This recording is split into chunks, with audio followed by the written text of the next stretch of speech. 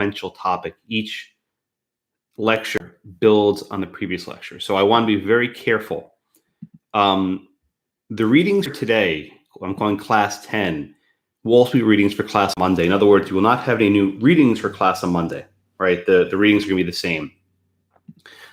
Today, we may not even get to the cases, maybe 1, maybe 0, but I'll do them on Monday. But I want to make sure that everyone has the foundation before we move ahead to next topics, because it's a hard topic. I have to just be completely candid with you. Okay. Again, if you need a pass today due to weather-related situations, just say pass and I'll let you go. But starting Monday, we'll all be back in action, and I'll be expecting you to participate fully. All right. All right. Let's start here. Let me give you guys the class notes in the chat. We have a lot of questions today. In fact, we may just do nothing but questions today, and I'll be completely happy with that. So I'd like you all to take a look at question number 1.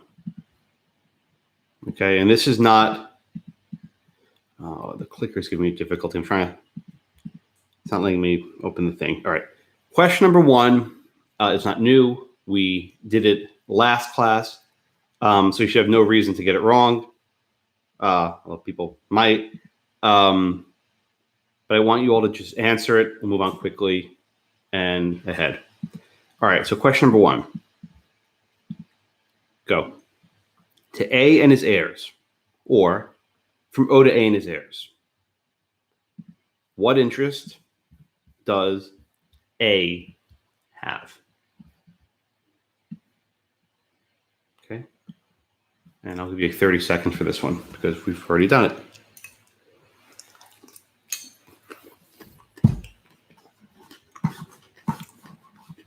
Okay.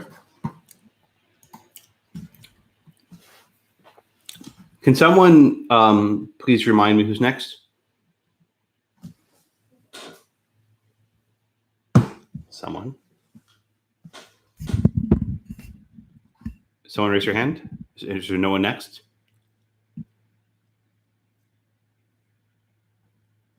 I'm not next, but I'll volunteer. Oh, that's not. I said something at the end of last class. You did. Is Steph next? No. I know. If you don't remember, I'll start at the beginning. So I had gone, and so had Simmer. So I don't know who else was. Is Bennett next? All right, then Bennett, I will call on you because then you might in fact be next. What'd you put here? I put fee simple. Okay. How do you know it's fee simple? The language and his heirs, and then if it just says from O to A, we would just assume that it's fee simple. But doesn't giving the land to A and his heirs mean A has always alive, and then after he dies, it goes to his heirs? Why wouldn't it be a life estate? Simply just because that's language that we need to know, I guess. Anything besides that, I don't know the reason. But yeah, that's yeah. Bennett gave me the exact right answer. I tried to trick him. He didn't go for my trick. Okay, good. Every semester, students start thinking, "Oh yeah, I know this stuff. Look, it says to A and his heirs. That means A has it for his life. Then when he dies, it goes to his heirs. That means it's a life estate followed by a remainder." Wrong. You're going to be tempted to do it, and the reason why is I think you get very smart. It's like, oh, I know what that means. He has it for life, and he goes to his heirs. These are magic words, right? They were written by lawyers hundreds of years ago. Judges like them, and they keep sort of sticking to them. So whenever you see the phrase "and his heirs," you just need to presume that you're dealing with a fee simple. Now, there are going to be cases where it's not, and we'll get there later. But at least for now, for the first couple classes, when you see fee simple, just presume and its heirs, presume it's fee simple. Okay? All right. About 90% of you got that one right, which is good. I would like 100%. A couple of you got it wrong. A couple of you put a future interest, which is not correct. A does not have a future interest. A has a present interest. The fee simple is a present interest. He can control what happens in the future, but it's not a future interest. All right, but 90% is not bad. I mean, that's pretty good. All right. All right, let's look at question number 2, please. From O to A for life, what interest does A have? And this will be for Catherine in about 15 seconds.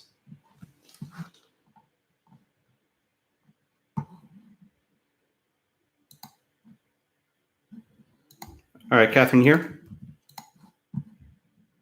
Yes, I do. Okay, Catherine, what's your answer here? I said a future interest for this one. I'm sorry, say it again? I didn't hear you. I said a future interest. Be more specific.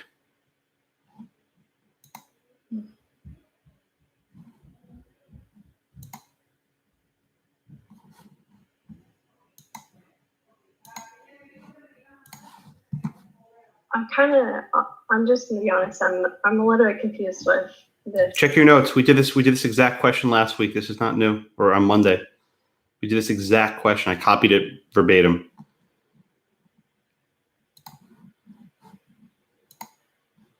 Is it a life estate? Why is it a life estate?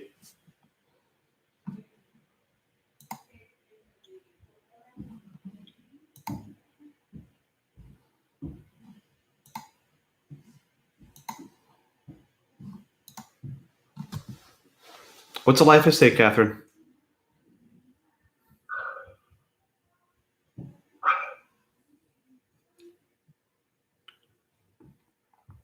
I think so if O gave it to him for life. I'm asking you a question. Then, What's a life estate? Just let's start simple. What's a life estate?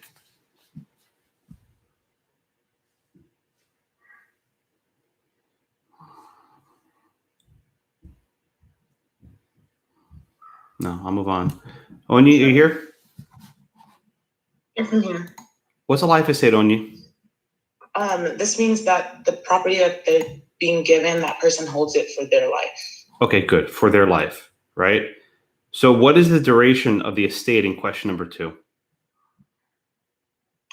So the duration of the estate, this is going to be for A's life. Good. Right. It lasts for A's life. So what did O give to A?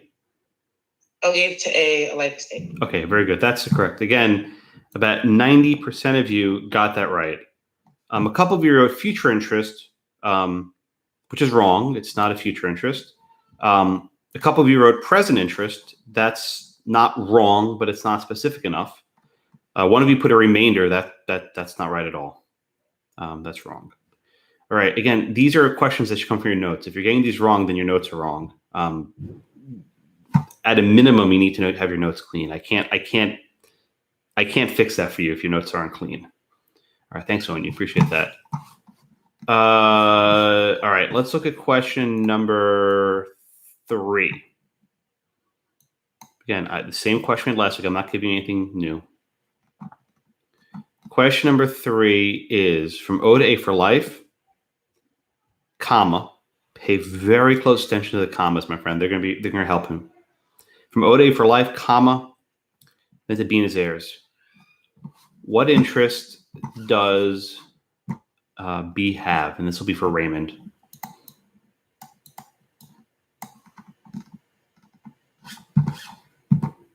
Okay, another 10 seconds.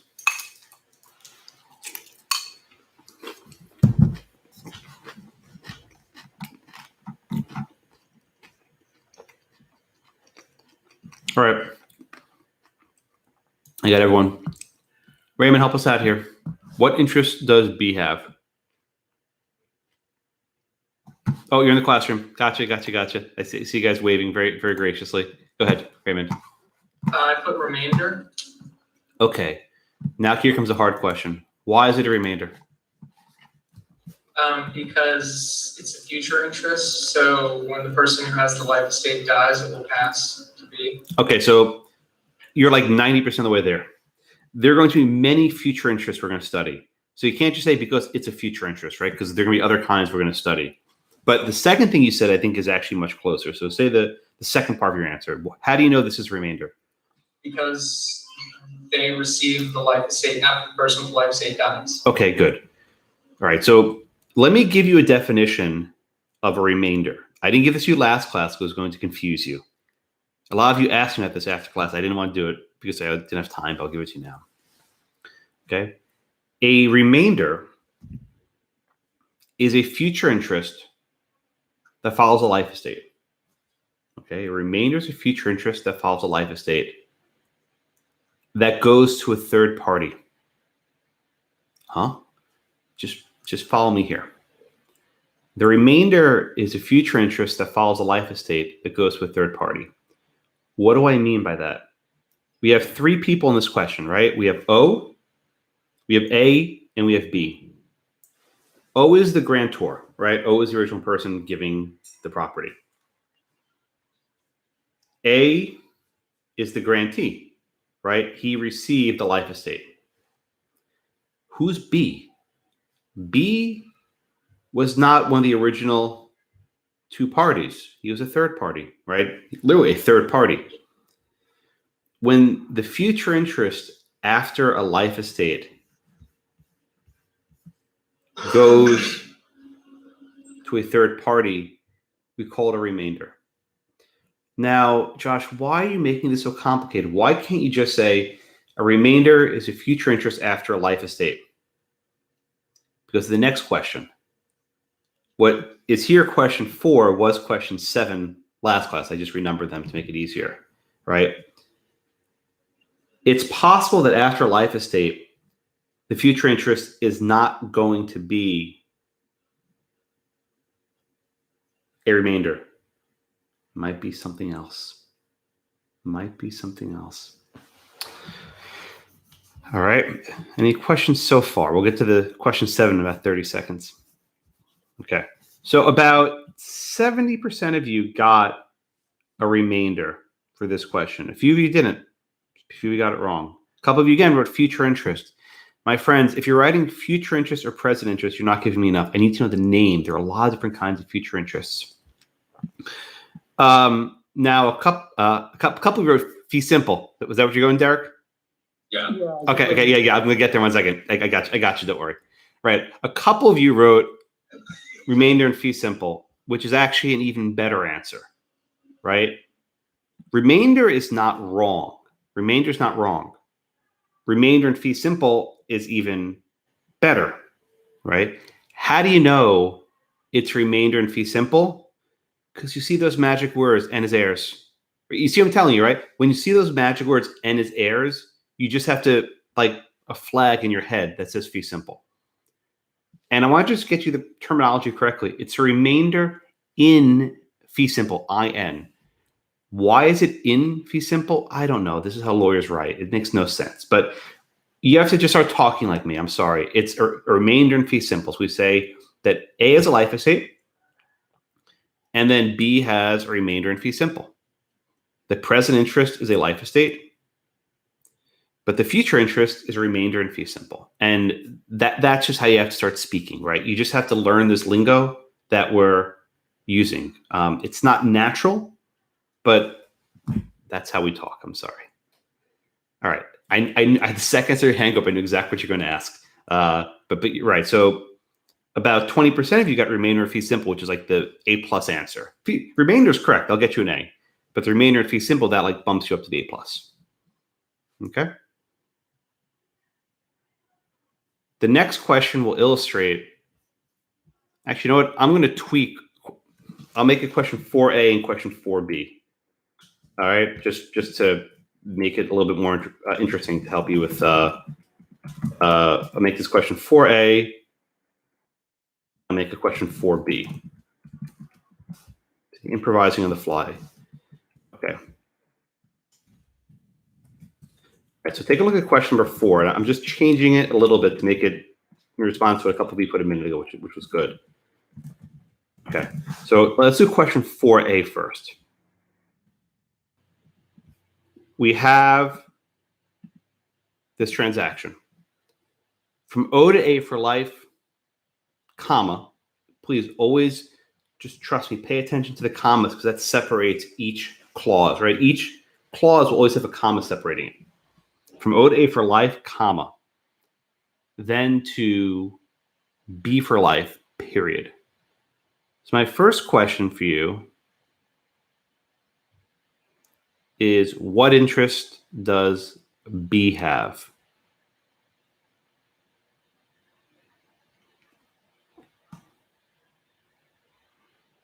And this one's going to be for Matt in about 20 seconds. This one's a little bit trickier because you haven't seen this before. I'm in the classroom, Josh. Oh, okay. Thank you, Matt. I'll mute you. Yeah, just mute your personal microphone just so we don't have that issue. All right. I still got that 10 people haven't answered it yet. I want to make sure everyone puts an answer in for this one. All right.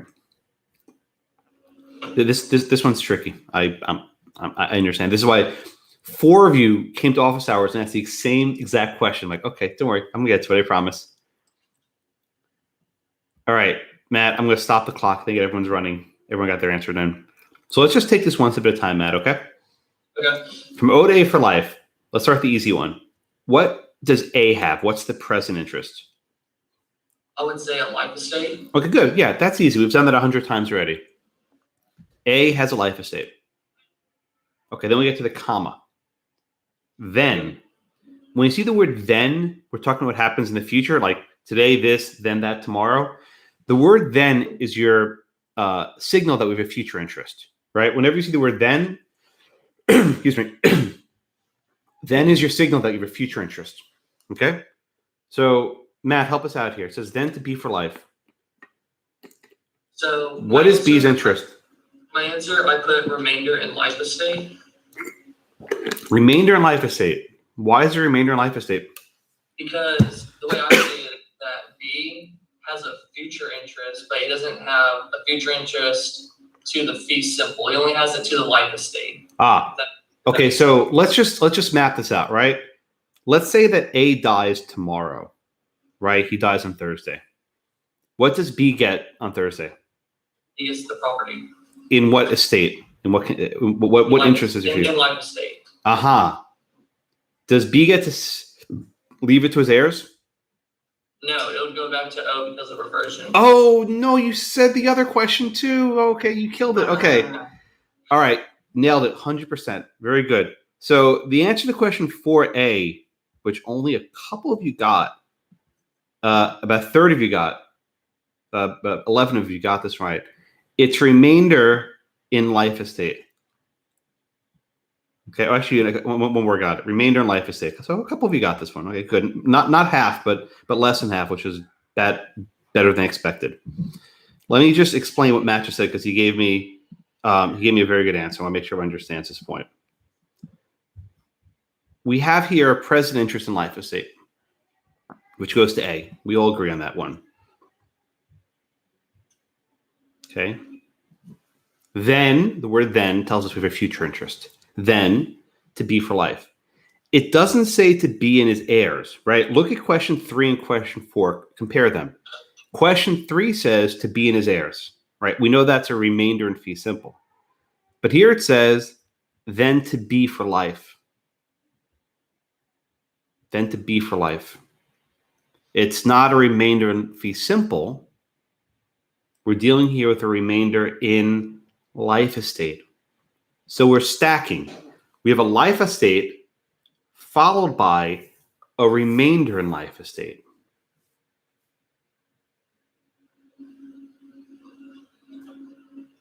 Everyone with me? It's a life estate followed by a remainder in life estate. But whenever you have a life estate, we don't know everything, right? Because when a person dies, the property has to go somewhere, right? At any point in time, you need to be able to look at a conveyance and say, okay, here's who'll have it today. Here's who's going to have it tomorrow. And here's going to have it 100 years from now. You need to be able to indicate who has it at what juncture. So let's try question 4B. All right, this one should be easy because Matt ruined it. I'm not mad at you, Matt. You did a very good answer. But let's do question 4B for a second, okay? What interest does O have? You ruined my sequencing, but that's fine. By the way, just so you know, like people have been asked, Josh, what are you looking for in class participation?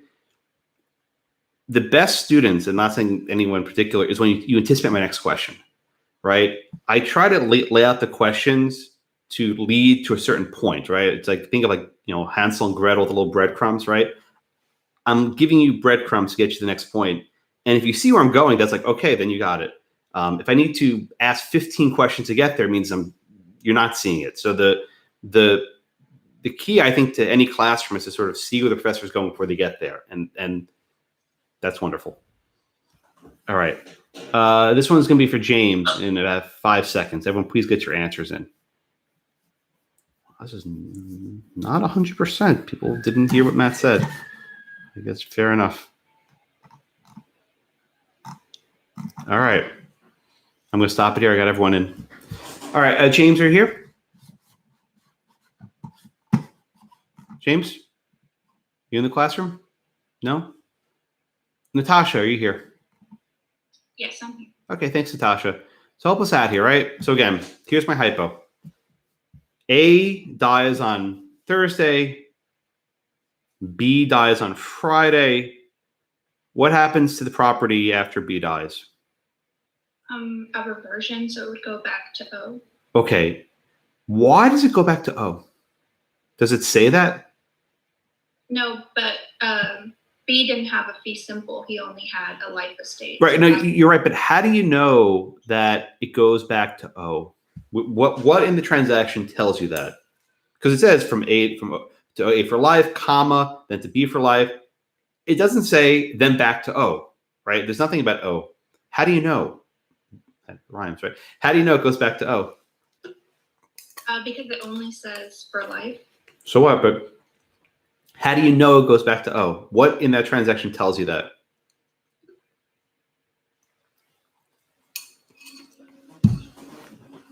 That it doesn't say and his heirs. But how do you know it goes back to O? Maybe it goes to someone else. It doesn't say that it goes to anyone. Ah, you see what I'm getting at, right? All right, thanks, Natasha. Very good. Remainders are easy to figure out because it says comma, then to be for life, right? It tells you what happens after the life estate. Reversions are harder. The answer here is reversion. All right, let's see how many of you got this one right. Oh, wow, a lot of you got it wrong. 1 second, Steph. Just want to make sure I mark all the ones correct. Yeah, Steph, go ahead. What's your question? Is it correct to assume that it reverts to what they originally had? Because you told us that I'm gonna get there. I'm gonna get there in a second. I promise. You're like a minute ahead. See, you're seeing where I'm going, right? But you're at a minute too early. The difficulty with reversion. The difficulty with reversion is that the transaction doesn't tell you what happens, right? With remainder, it says comma, then to B. Okay, that's easy. But with reversion, it's not spelled out. Nothing in question 4 tells you it goes back to O. You have to infer it, right? You have to draw an inference. Now, how do you draw that inference? You need to think it through. We know that it starts off with O and fee simple, right? That's where it begins. Then the present interest is a life estate in A. Then the future interest is a remainder in life estate for B. Okay, that's so far so good. We did that question already. But then you have to think about what happens when B dies. It doesn't go to B's heirs, right? B's estate lasts for the duration of his life. The property has to go somewhere. It's got to go somewhere. And under the law, it goes back to the grantor, right? It goes back to the grantor. So let me give you a definition of reversion that you can all use, right? A reversion is a future interest after a life estate in the grantor, right? A reversion is a future interest after a life estate in the grantor. Compare that to your definition of remainder, right? How did you define remainder a few minutes ago? It's a future interest after a life estate in a third party. Right? See the difference? The remainder is a future interest that follows a life estate in a third party, and the reversion is a future interest that follows a life estate in the grantor. Oh, right. So let me try to summarize that if I can a little bit. If you have a life estate that terminates and there's no other third party waiting in the wings, it goes back to the grantor, it's reversion. If a life estate terminates and it goes to a third party, then you have remainder. Again, in this hypothetical, right? A has a life estate, B has a remainder in life estate, and then O has reversion. Right? It's very tricky. It's very tricky. You need to just infer. You need to draw an inference from the structure of the question. Nothing there is telling you that O has reversion. There's nothing telling you that O has reversion. You just need to know it. Consistently, students mix up remainders from reversion. In fact, if you notice from the case today, this little footnote saying the court mixed it up as well, apparently. So you're in good company. But the key point here is that B has a remainder in life estate. O has a reversion. Ben, I'll get you in 30 seconds. Now, Steph asked a good question a minute ago. I knew it was coming. This question always comes. We said that B has remainder in B has remainder in life estate. O has reversion in fee simple. O has reversion in fee simple. Right? A couple of you put that, which is good. That's like the A+, right? Why is it a reversion in fee simple? Because after the death of B, O gets back his full bundle of sticks, right? O started off with a fee simple, with a full bundle of sticks. He gave a stick to A. He gave a stick to B, right? But after they're both dead, O gets the entire bundle back. So O has reversion fee simple. Now you might ask, Josh, what happens if O dies, right? Someone's going to ask that in a minute, I'm sure, right? If O dies, O's heirs get the fee simple, right? It doesn't matter if O is alive or dead. But when O has reversion, you just inherit the reversion. So maybe O has one son that's his heir. O's son inherits that reversion. And when he inherits that reversion,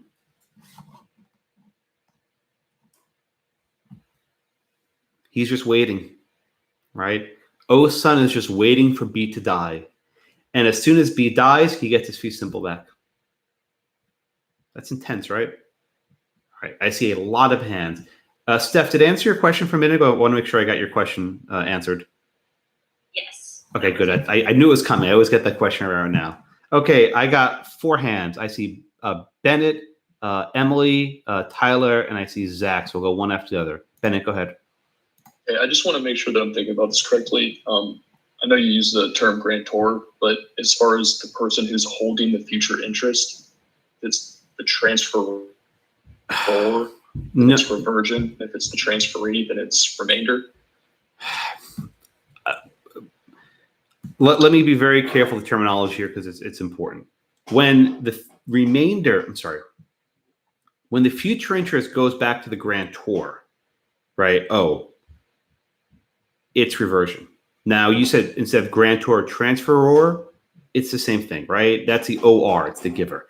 When the future interest after a life estate goes back to the giver, it's reversion.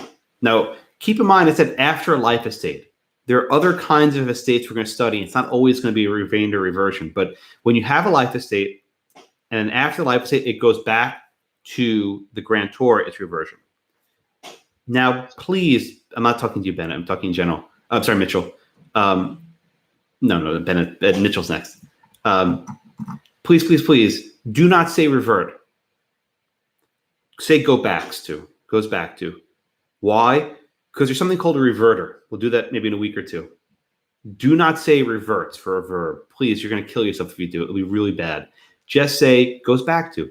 So goes back to O, and O has a fee simple. All right. The second part of your question.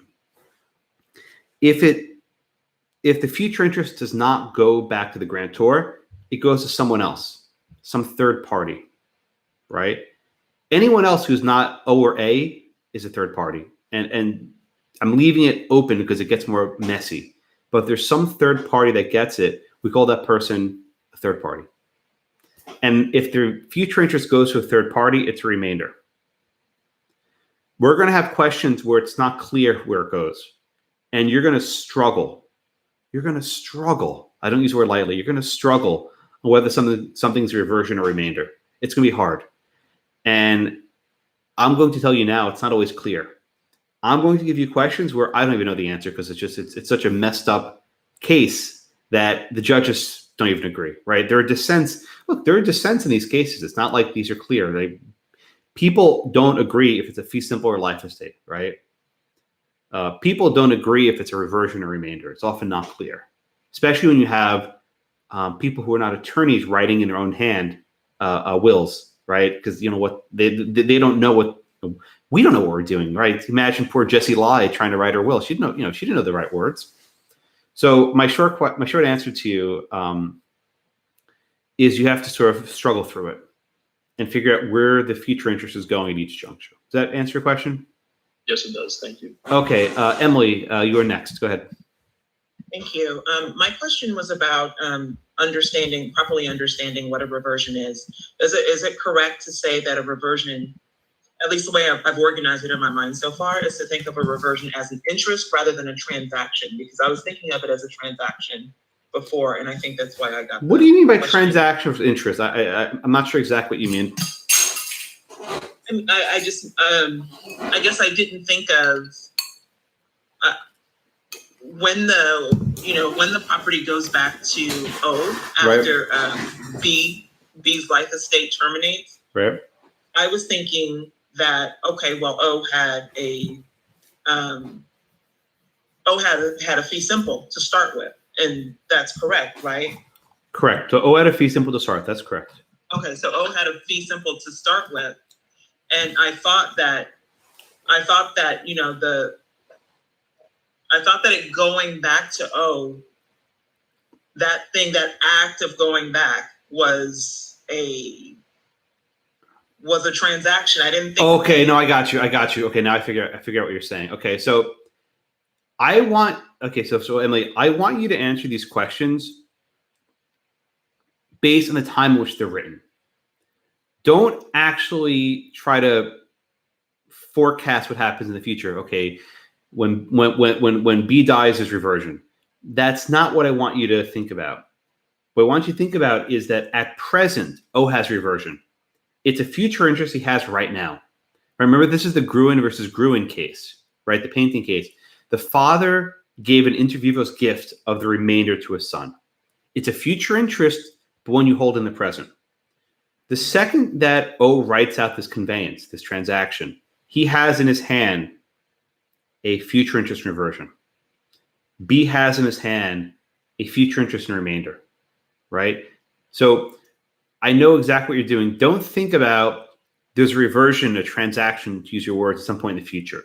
That's true, right? I want you to assess the present and future interests at the time this conveyance is drafted, right? In fact, probably starting next class, I'll start asking questions. I'll say it like this. I'll say, what are the present interests and what are the future interests at the time this transaction is drafted, right? If you look at it, all my exams are written almost the exact same fashion. I give you a conveyance. It'll be complicated. I'll say, identify all present and future interests in this conveyance now.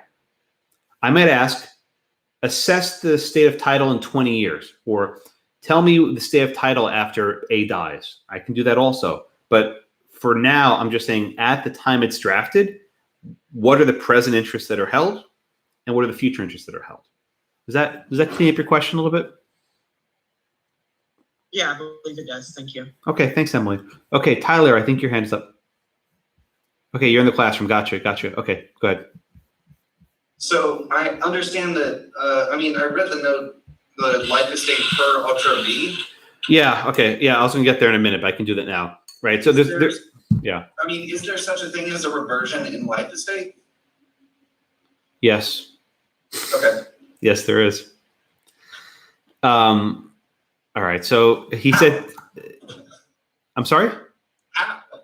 If it's a life Do you really want me to do it? I can do it. I don't mind. So I'll type at the top of the document so I don't screw up your questions. I'll just put at the top of the document above the graphic. Okay. So let me do your first question, Tyler. So all right, from O to do I have this one? Actually, you know what? Oh, actually, let's do question number 6. I actually anticipated your question, and I made a pop quiz about it. Let's skip 5 for now. I'll come back to 5 later. Let's do question 6. All right. I knew I did it. Again, you try to anticipate me, but I try to anticipate you, right? This is the process of being a professor. I try to anticipate what questions you're going to ask, and I got this one. All right. So question number 6, just for Tyler. From O to A for life of B. From O to A for the life of B. What? What interest does A have?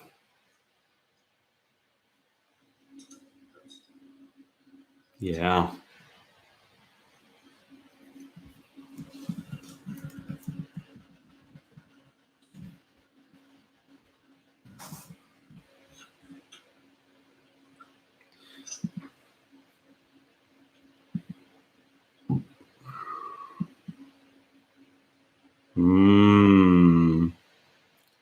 It's in the notes. I'm not making it up. This was in your reading, so it's fair game to ask.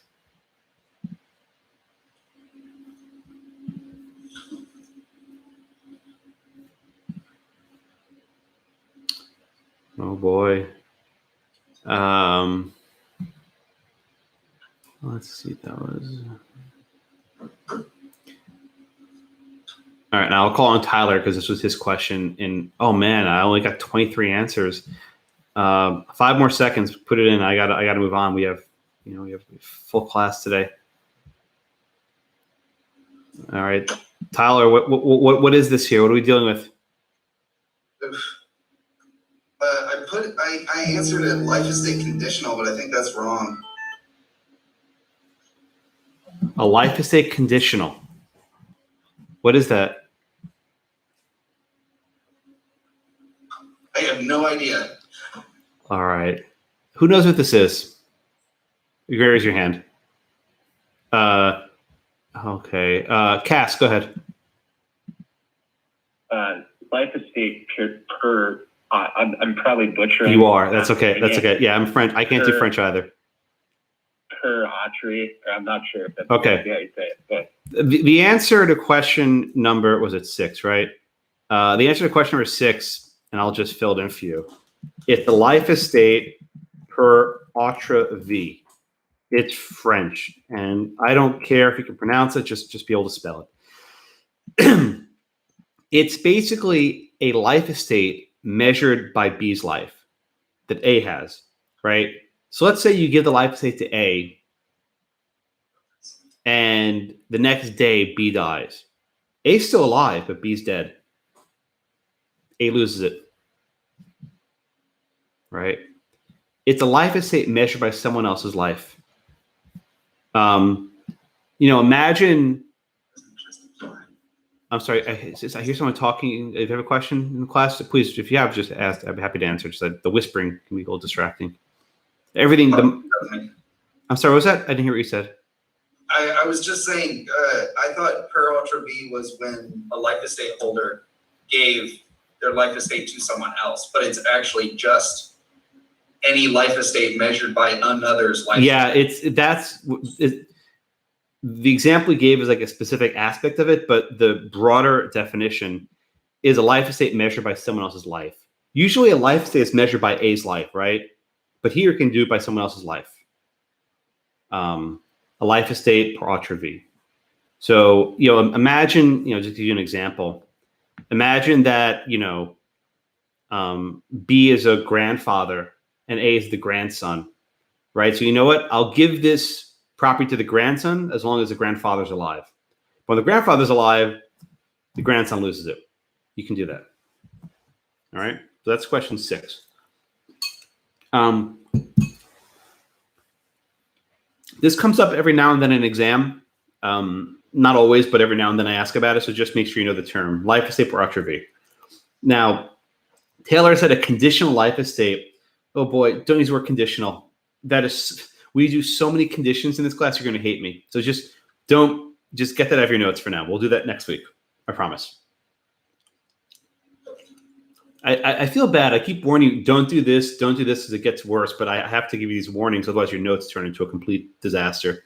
I'm trying to keep your notes as clean as possible. If you notice, I am barely talking about what's in the book because I think I like our case book, but this chapter I think is not the best, so I'm barely using it. That's just been my experience. There's no better book, by the way. Like I've looked at them all. This is the least worst book, if that's any consolation prize, right? It's not good, but the other ones are worse. So there you go. But I try to do the best I can. Okie doke. Questions, folks, on question number 6. Yeah, I see a hands up. I'm not sure who that is, but you can start talking. Go for it. It's Garrett. Okay. The other one. Okay. Hello. My question is just when you're referring to it just like in an essay, do you have to put kind of like that dash when you're referring to life estate per autre V, or do you have to I don't know. How is the correct way to phrase that? I would just say life estate per autre V. I don't think you need a dash or anything. If you want to put it, you can. I don't care. Okay. But again, you could have a life estate plain or life estate per autre V. Just you have to be more specific what kind of life estate it is. In this question, life estate would be like a B answer, but it's not correct. It's you need the per autre V. Right? You're already seeing, I think, how you distinguish between A's and B's in this class, right? It's how much depth, right? How much detail can you give me about an answer? And the more detail you can give me about an answer, you get closer to the A or the A plus. I think you're already starting to see how a rubric might work for an exam, right? Remainder and fee simple. Right? Reversion and fee simple, right? So you just sort of level up and you give me more, which shows me you can even sort of dig a little bit. All right. Now, Taylor asked another question. I do want to address it. He asked, can you have a reversion in life estate? Yeah, you can do that. It's messy.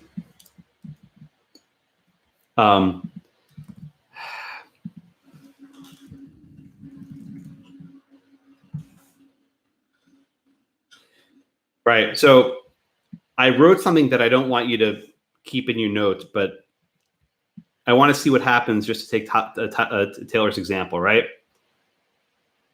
From O in life estate to A for life and to B for life. What that is suggesting, right, is that after B's life estate, it goes to O in life estate, right, Taylor? But what happens then? What happens when O dies? It has to go somewhere. So it's possible, but this is a conveyance that the courts would likely just strike out that. They would strike it out because it basically creates an infinite loop because it would go to no one after B's death. So the short answer is you could draft that conveyance, but it would not probably be valid, right? What you saw in the first case might be a little bit jarring is if the courts get like a will, right? And it doesn't make any sense. It doesn't work. It's against the law. They'll just take like a blue pencil and cross stuff out and say, nope, never mind. Whatever you intended to do would be illegal. So we're not going to let you do it.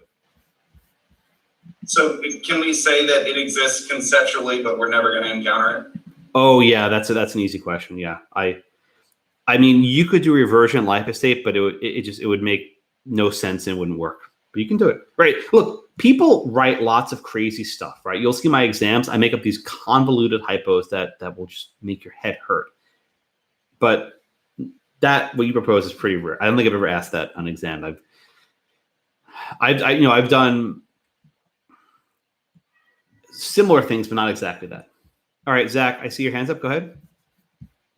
Oh, I'm sorry, sir. I forgot to put it down. You answered me already. Okay, good. Glad to help. All righty. Questions then on number 6.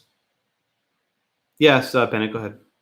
It actually has to go back to that last example. Sure. Is that not the situation where the state would take the property back if there's? Okay, I was going to get to that later, but I'll get to it now. There's a term, a sheet. I'll put in the chat. It looks like eshiat, but they pronounce it a sheet. When a person dies with no heirs, 0 heirs, right? The land reverts to the state. Okay, now law students love a sheet because it's a cop-out. It's easy. Like, oh, I don't have to figure out who this land goes to. It just goes to the government. The answer is almost never going to be a sheet. Almost never, right? Unless I give you a hypo where there's like a zombie apocalypse and there's like one person left on planet Earth, right? Everyone has heirs. Everyone has an heir. It just depends how deep you have to dig for one, right? Everyone has an heir. Everyone.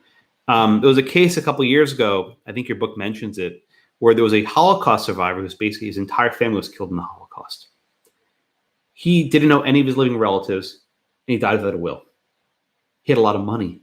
So eventually, people who were distant relatives came out of the woodworks. My friends, when there's money to be had, you always find heirs, right? When a person dies who's poor, no one cares. But when there's money, right? I'm not joking. There are genealogists whose sole job is to try to find wealthy people who die without wills and track down heirs and try and get a cut. Right? I'm talking like, 4th, 5th cousins. The state will find someone. So the sheet is, in theory, a legal concept that works, but in reality, right? In reality, you're just never going to see it, ever. Again, students love putting a sheet on the exam, and it's almost always wrong. So just sort of don't forget about it, but just don't make that your exam question. Got it? Okay, thanks for that, Bennett. Other questions? All right. Look at question number, which one is it? 5. Jumping a little bit out of order, but we can do that here. Question number 5, multiple choice. Okay, so we have 2 transactions here. And I need you to start thinking in this fashion, right? It's going to be multiple transactions. From O to A for life, comma. Then to B and his heirs, period. Okay, that's transaction number 1. Transaction number 2. A sells Blackacre to C. Okay, then we learned that A dies.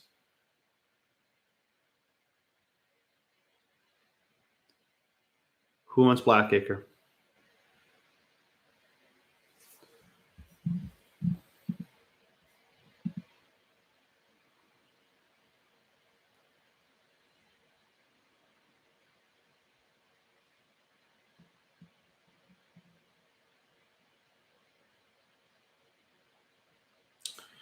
All right, I think I'm up to Paul. I think you're next. Yes. All right, just give me 5 more seconds. Everyone, you got to put your answers in quicker. I don't want this to run past a minute. Just multiple choice. All right, I'm stopping it here. All right, Paul, go ahead. What'd you put here? I said that B owns Black. Okay. Let's break this down one step at a time. What is the present interest in this conveyance? It's a life estate, right? Okay. What is the future interest? It's a fee simple to be. So he has a remainder in fee simple. Okay. Say it again. I think you said it wrong the first time, but right the second time. a remainder in fee simple? I think you just have fee simple before that, but that's correct. So the future interest is a remainder fee simple. That's right. When A sells Blackacre to C, what exactly is A giving to C? He's giving him his life estate.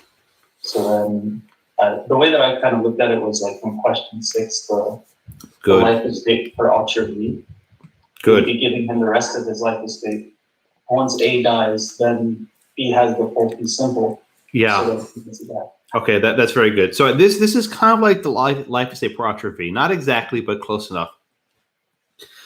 When A sells Blackacre to C,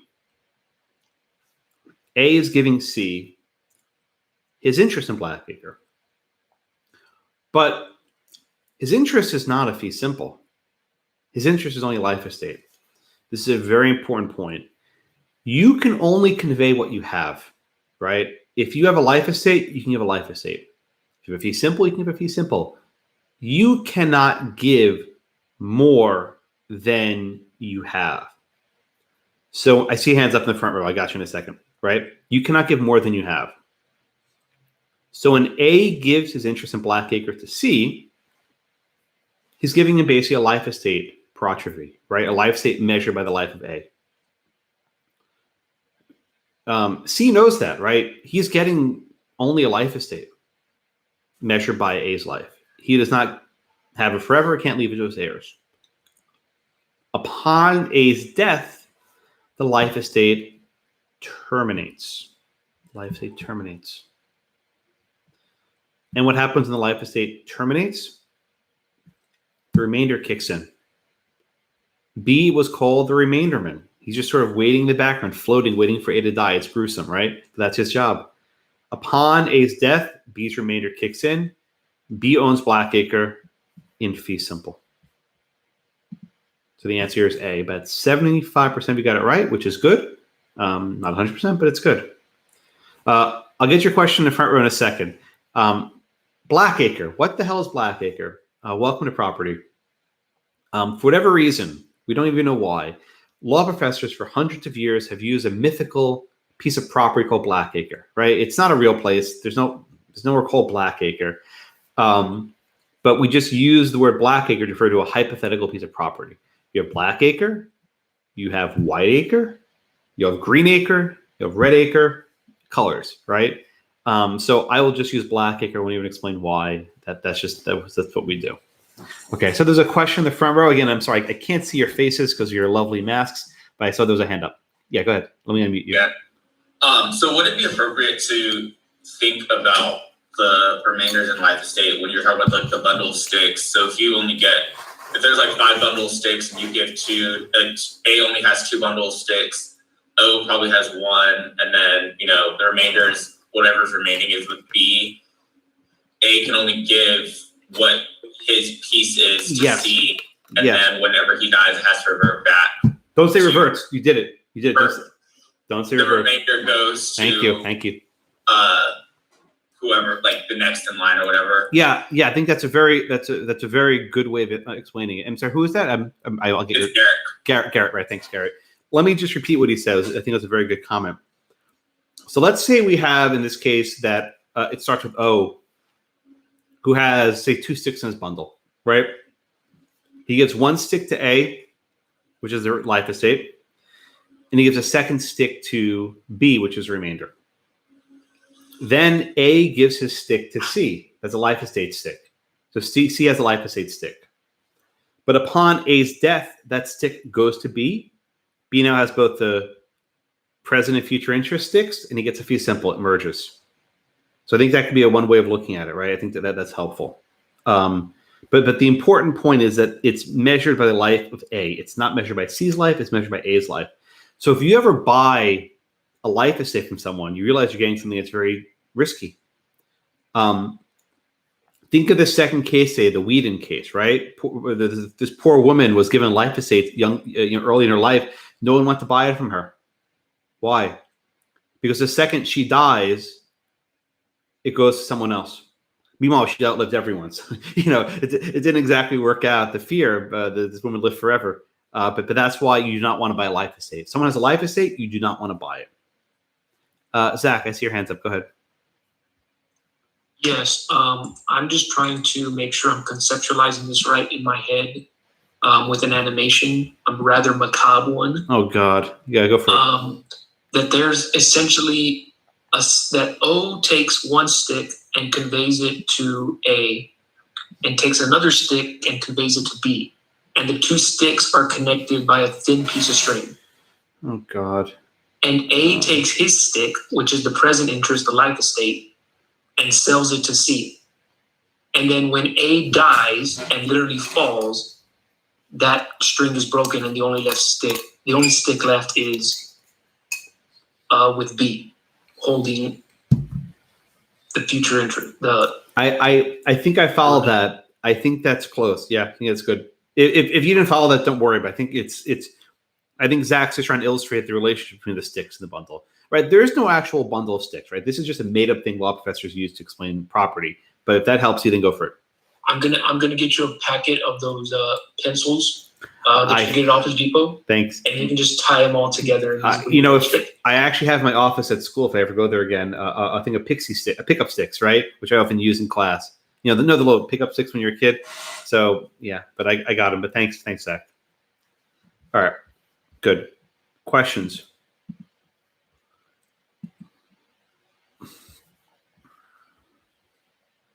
Yeah, I see front row. Go ahead. Yeah. I think I'm about to ask another. It's conceptually possible, but we're never going to encounter it. That's fine. Can you grant someone a life estate with the ability to sell the fee simple? I think I understood what you're saying. Just say it one more time. I think I got it, but I'm not sure. Can you grant a life estate to someone and give that same person, and also give another person a remainder, but give the person with the life estate the ability to sell the fee simple to a fourth party? Yes. So basically, the person with the life estate will be cutting short the person with the remainder. Yeah, you could do it. I don't think I've ever seen one like that, but you could do it. And this is why the bundle of sticks is a helpful metaphor. You may not have the right to possess, but you may have the right to sell. Right? Usually it's the other way around. Usually you have the right to possess but not sell. You're flipping it. Right here, you don't possess it for forever, but you could sell. Yeah, you could do that, but don't worry about it. Yeah. Okay. Thank you. You're welcome. Look, you can see why this topic is so insane because you can think of every hypothetical that's just off the wall, and the answer is yeah. You got to think about it for a second. Yeah, I think you could probably do that. If you find a smart enough lawyer, you can figure that out. Yeah, you can do that. All right. Any questions so far? All right. Let's move on to today's material. This is just an hour of review. We won't get to the case today. We'll get to them on Monday, which is what I expected, and that's what's going to happen. I need to give you some terminology because very often people have definitions that are based on, common knowledge, which are wrong. The first one I think I said last class is heir. An heir is determined after a person dies. No one is the heir of a living person. Okay, let's say it again. No one is the heir of a living person. Right? Why am I making such a big deal about this?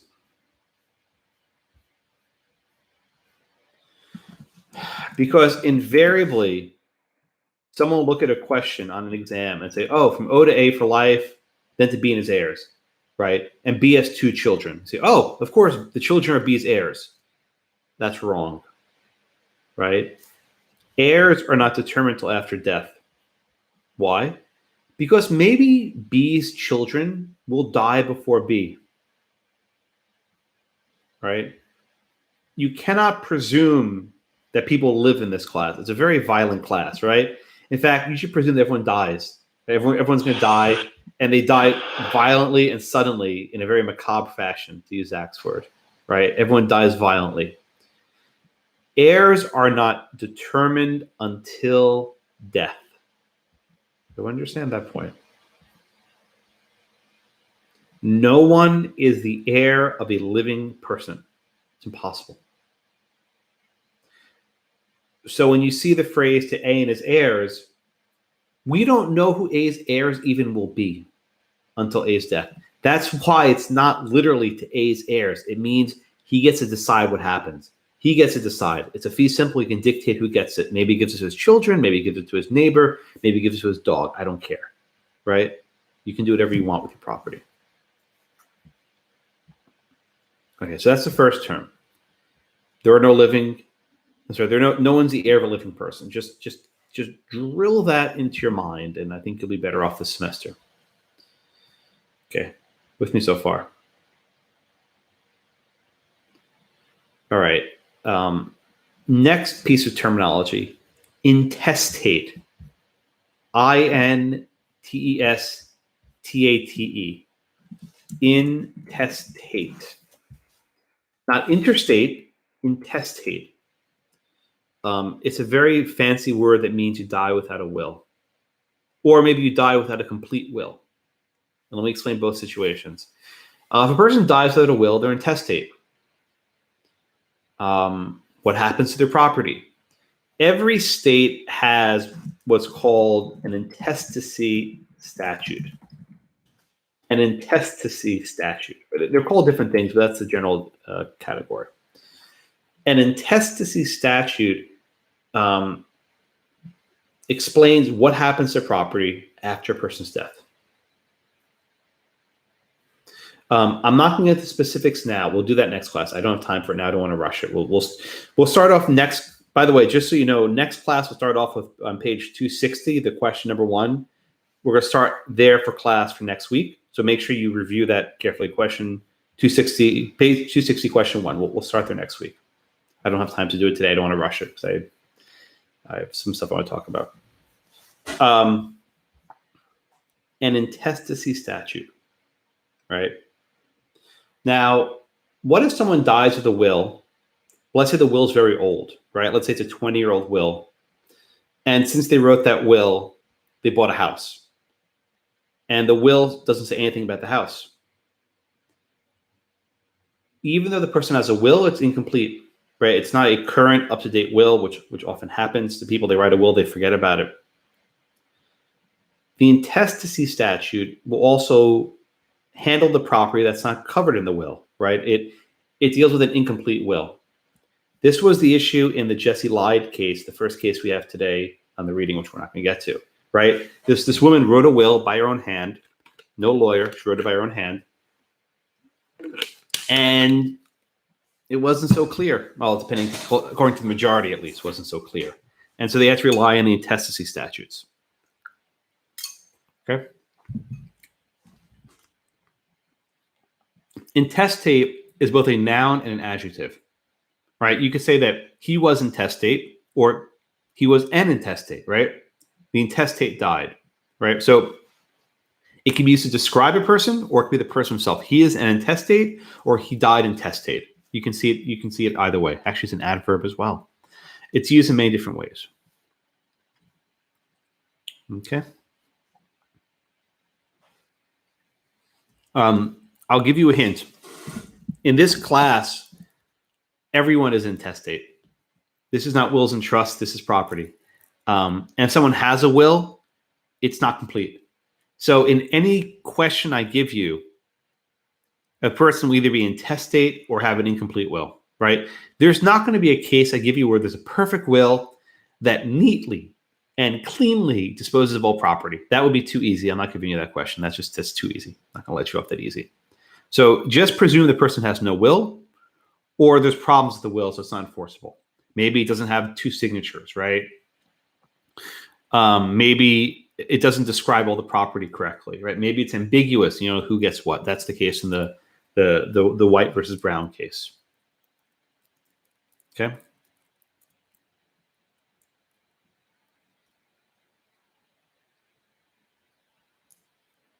Everyone with me? Okay. Okay, so that's the first term you guys have to know, intestate and intestacy. They're related. Not intestines, not interstate. People spell it all different funny ways in the exam. It's intestate. Just have to know that phrase. The next word that you need to know is issue. ISSUE, issue. Historically, the phrase issue meant children. You have kids.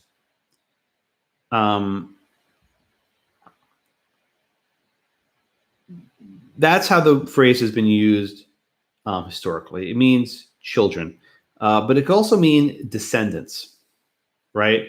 For example, a grandson or a granddaughter could be an issue because it's your son's son. It's right from your bloodline. All right. The word doesn't come up much, but you might see it in various documents. So I leave Blackacre to my issue, which would mean your kids, could also mean your grandkids, which can get messy when there are a lot of them.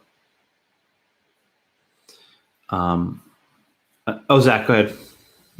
Let me make sure I'm understanding this properly. An issue can only be someone that's biologically related to the deceased? It's not just biologically related, it's a descendant. So it's someone that came from you. So an issue can't be your next door neighbor who's been bringing you coffee for 30 years? Absolutely not. That's not an issue. That can be something else, but it's not an issue. Okay, so an issue is just your descendants.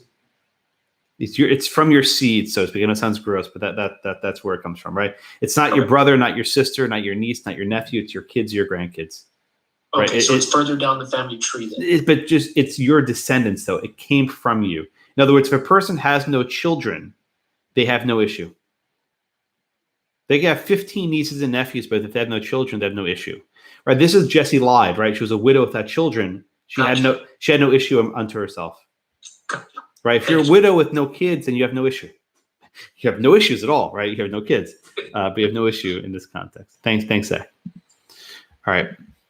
The next term that I need you all to know is ancestor, right? Ancestor. An ancestor is like parents, grandparents. It's basically going up the tree. If a person has no issue, sometimes the property has to go to the ancestor. So that's going up the tree. Grandparents, grandmother, whatever. All right. The next term I want you all to know is collateral. This is sort of a weird word. Collateral. COLLATERAL. Collateral. A collateral is basically family. They're related by blood, but they're not descendants, they're not ancestors. So imagine brother, sister, niece, nephew, aunt, uncle, cousin, right? People who are not related, who are related by blood, but are not descendants, are not issues, are not ancestors. A spouse is none of the above. A spouse is a very special category. A spouse is obviously not related by blood, although they may be, but usually they're not. Spouse is into a category by itself, and we'll talk about spouses next week. But a spouse is not collateral. I could mess with you in an exam and say if you marry your sister, that just creates all sorts of effed up questions in many regards. But it makes property very messy as well. Sorry. We'll do some gross things later. I promise. It's that's the world we live in. Okay. Questions. All right. So we have, again, we have intestate is when you die without a will. Issue is your descendants. Ancestors is like parents, grandparents. Collateral is blood-related relatives. And spouses are into they're in a separate category because spouses obviously not related by blood, at least they shouldn't be. Okay, questions. All right, I want to play a video which I didn't get a chance to play last week, but I wanted to. It was linked on the syllabus. There's a phrase, livery of season. Right? It's sometimes spelled with an S. You'll see it both ways. Livery of season was this old tradition where you would literally deliver the property to someone. Like livery is like delivery. And how do you convey in medieval times that you're delivering property? You would give someone a clump of soil. This is a very important ritual. It's referenced in the book. I want to just play this video. I always play it, and it's fun to watch. So, oops. Let me do the screen share with video. 1 second. It's short. It's like 3 minutes, and this will take us to the end of class, just about. Okay. Broker IPTV. Today we're talking with Michael Robinson from Robinson and Henry Law Practitioners. Does everyone see the video? Yeah? Okay, good. Welcome to the show. Thanks for being with us. Glad to be here. We had you on a previous segment, and we were talking about deeds and the different types of deeds. We went through the standard 6, but at the end, we started talking about a very old method in which they used to transfer property, and it was called livery of season. Is that correct? It sure is, and that's where the word deed actually comes from, is that action. All right, real quick, what is livery of season recap? Okay, because most people were illiterate in England at the time this thing developed, they would bring witnesses out to the property, and witnesses would be able to witness the buyer giving money, the seller giving over the actual physical parts of the property, namely turf and twig, which is the two things that it's called turf and twig ceremony. All right, so for a first time ever on Broker IPTV, we'll do a reenactment here. I think it's an excellent idea. So what we're going to do is we're in Old England, and we're going to transfer property. And of course, we have to dress the part. Now, am I the buyer or the seller? You are the buyer. And you're selling me this land? Yes, and we've come out here with 2 witnesses to watch all this happening. And how does this procedure go? Okay. You're going to start by cutting out a piece of turf on the property. All right, so we'll just... And you hold on to that turf. I hold on the turf, okay. Now, put money in the hole. All right, I got some cash. How about a buck for this? Buck works here. It's a couple shillings back in Old England. Okay. Okay. And then hand me the sod. This piece? Yes, you do. Okay. And I take the twig. Yes. And I take the sod, and I say this following: this turf and twig I give to thee, as free as Athelstan gave to me, and I hope a loving brother that will be. And I twiggle you with the twig. Really? Yes, I do. And then I put it in the sod and I hand it to you. Thank you. And then you take the sod and put it back in the hole. All right. And with that, you just bought this wonderful property. And I've been twiggled. Yes, you have. Wow. And the reason for that was so that blind people could still buy and sell property, even if they couldn't see what was going on. They knew that they were at least getting the twig, and they knew that they were getting the property. Well, that's a heck of a lot easier than the 3-hour closing today. Yeah. Okay, very good. All right. So twiggling, right? That's actually how they used to convey property in medieval times. The conveyance we're dealing with now from O to A and such, that replaced livery of season, right? So they didn't hand out clumps of dirt anymore. Now they wrote these conveyances, and that's where we are. All right, that's all I have. I will start the minute poll if you guys fill out your survey. Any questions before we break for the day?